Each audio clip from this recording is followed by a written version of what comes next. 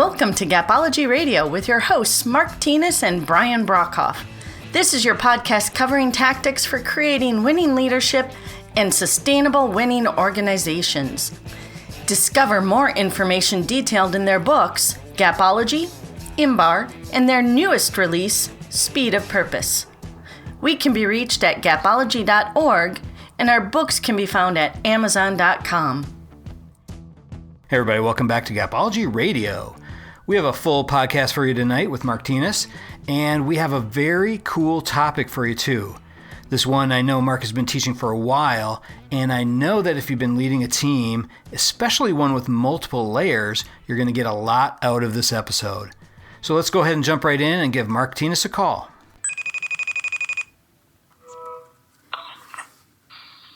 Hey Brian. Hey Mark, how are you?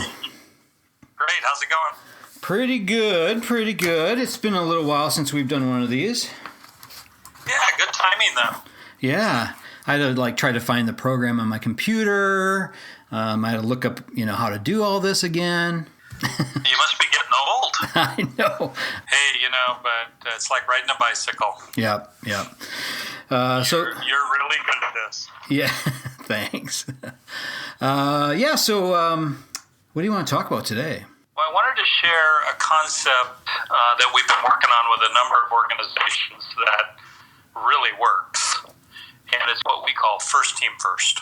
What do you think? Yeah, perfect. Love this. This is awesome. Let me tell you a little bit about it. So, leadership roles today can be very complex. We all play on multiple teams, and that's often where the complexity comes in. Do you know what I mean? Yep, for sure. And what happens when you play on multiple teams, your allegiance comes into question. Where do you place your allegiance? Where does the direction come from? Which team do you support the most, etc.? And it can create significant conflicts. And we literally all play on multiple teams, and maybe in a COVID environment, because we're not face-to-face and interacting often in person, our motives can be questioned even more. Our body language is not as clear, and first team first may even be more significant today than ever before. So are you good with me jumping into some details here? Yeah, for sure. So picture first team being your peer group, and it might include then your supervisor. So that's first team. Picture then second team being defined as your subordinates. Brian, guess where most leaders play? I'd say probably right there. Second team. Yeah.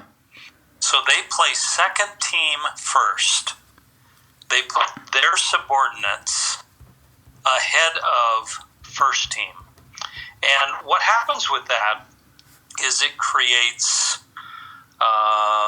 you may call them silos. It creates execution that is very inconsistent.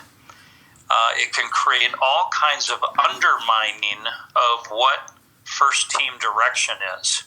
So first team first is about, in order to be a great organization, first team has to lead, and everyone then follows from there.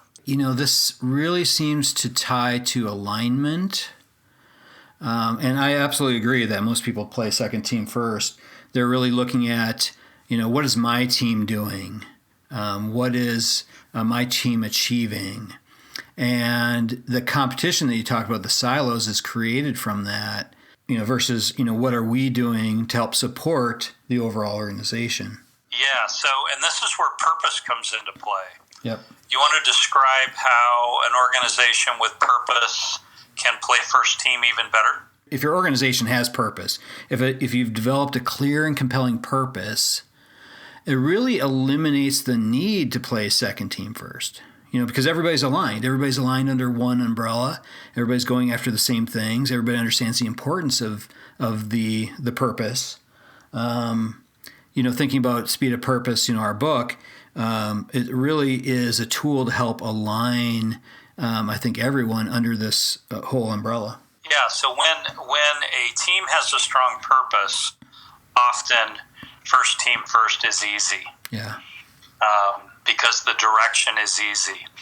But without that, and with leaders playing second team, and to your point earlier, competing against each other, maybe not sharing best practices, it really undermines the organization as a whole. We've seen organizations literally where every work group played to a different set of rules, had a different set of expectations and standards, even doing the same job. Unbelievable. Right. So producing these totally different outcomes and it not being brought together and synergized and focused so the whole organization moves forward. Picture for a moment first team as a group of people sitting around a table in a room with the door closed and agreeing on operating standards, agreeing on priorities, etc., aligned with purpose. When they open the door and leave that room, they have to be one team, first team first. And then they go off to their teams, the second team, and communicate that direction and consistently execute it throughout the organization. It is a total game changer versus a bunch of rogue leaders driving their own team's behavior in an attempt to outdo the other guy or gal and really just competing and operating in silos. So second team can be incredibly destructive versus first team, which creates great results. Yeah, in that boardroom, I'm just thinking, if you had a second team mentality, what you're doing is you are ending up, and you don't have a key purpose to the organization. You are filtering out what you think would be important for your team to execute on. So the overall message gets filtered to what you, as that second team leader, would be feeling is important. Where if you have a strong purpose and you have a first team first mentality, you're not filtering those things. You're agreeing as a large group on what's important, what the action items are, and so forth. I like your term filter. I agree with that totally. So a second team leader is going to filter. Yep. And they're not going to accept the direction of first team. They're not going to play first team. They're going to grab things that they can take and run with second team. And second team's often easier because in second team, you're the boss. It's much more difficult to be a peer and to be a subordinate than it is to be the boss. So in organizations where second team rules, they don't achieve great results. Yep. They do not achieve great results. So we have seen, though, incredible examples. We know an organization that implemented first team first over 24 months. Took a long time, had to become cultural. They doubled their revenue. They became one team versus a bunch of mini teams. That's what happens in second team. You become a bunch of teams versus truly one united group, first team first. And if you disagree with first team, which will happen, so again, picture the boardroom, whatever you want to call it. Again, these are not board members, but picture the first team sitting around a table with the door closed. If you disagree, vocalize that within the group. Vocalize that to first team. Often what happens is those leaders who play second team vocalize to second team about how they don't agree. That's not first team first. Right, yeah. First team first is hammering it out in that room with the door closed. Right. And when you open the door, you're united, you're one. It's a new day. Let's go get them. Yep. And I think that's a key point is that, on a team, you're probably not going to always agree with every little thing that's being discussed and agreed on. But having that voice, that seat at the table, I think is critical so that you can air your thoughts because every member of that team is important and their viewpoints are important. And so, being the leader of that group, allowing, and not even just allowing, but really encouraging and expecting participation from everyone, I think is a key element. Yeah, no, that's a great point. You're not always going to agree with all direction. That's just not realistic. No. But you do have to agree to go execute. When the door opens, we go get it. We go do it. We're aligned. Yeah. So that's first team first. It's incredibly powerful. It's not talked about much. It is real. Most leaders play second team, guarantee it. And we've seen some leaders play third team routinely, which is quite interesting, and again can be quite damaging, and just can create inconsistency. But first team first rules, and it's not easy. You have to be tough. You have to speak your mind, but you also have to leave your ego at the door. And when you walk out, you're all first team first. Yeah. So, Mark, can you explain the third team first a little bit more? Third team in most organizations is an alignment with maybe the frontline employees. If you were in a retail store, it might be favoring the cashier group over company direction and trying to be the champion of the little guy. It doesn't work out that way. You don't become the champion of the little guy. You just think you are. You create inconsistent execution. Remember, all these teams are yours. It's a matter of which one comes first and where the direction comes from. You can be the champion of the little guy through first team first. Does that make sense? Yeah.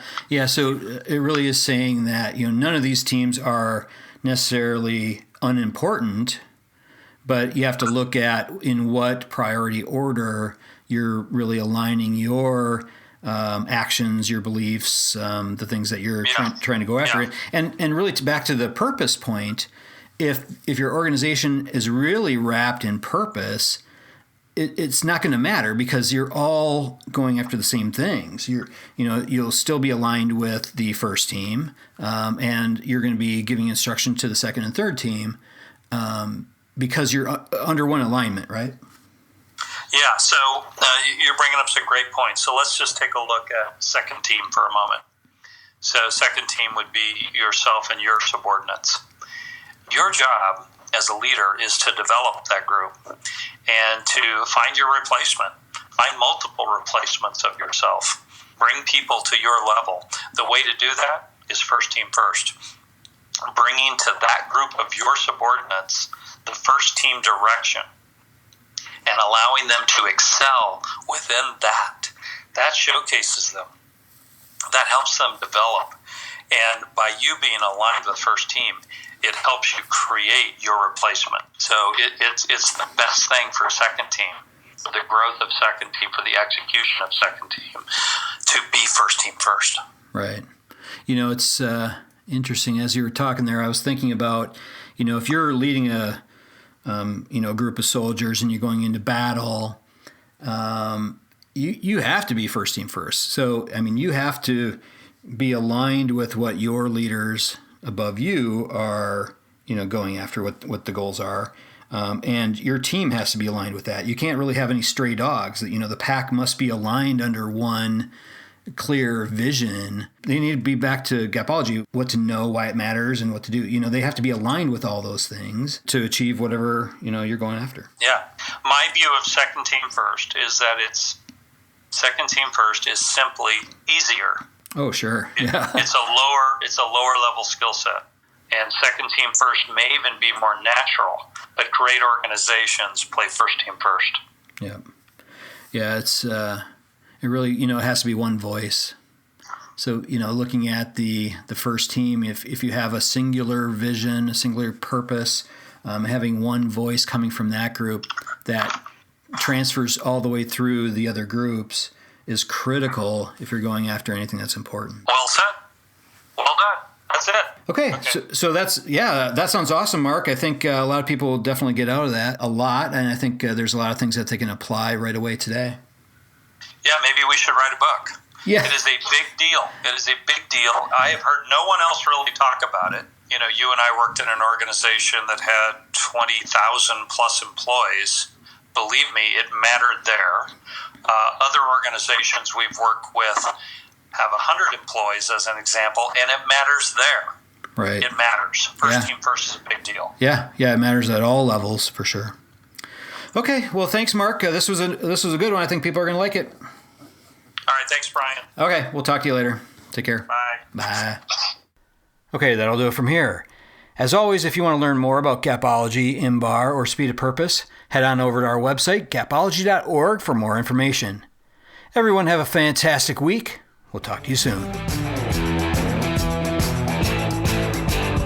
This has been a Gapology production. Visit us at gapology.org.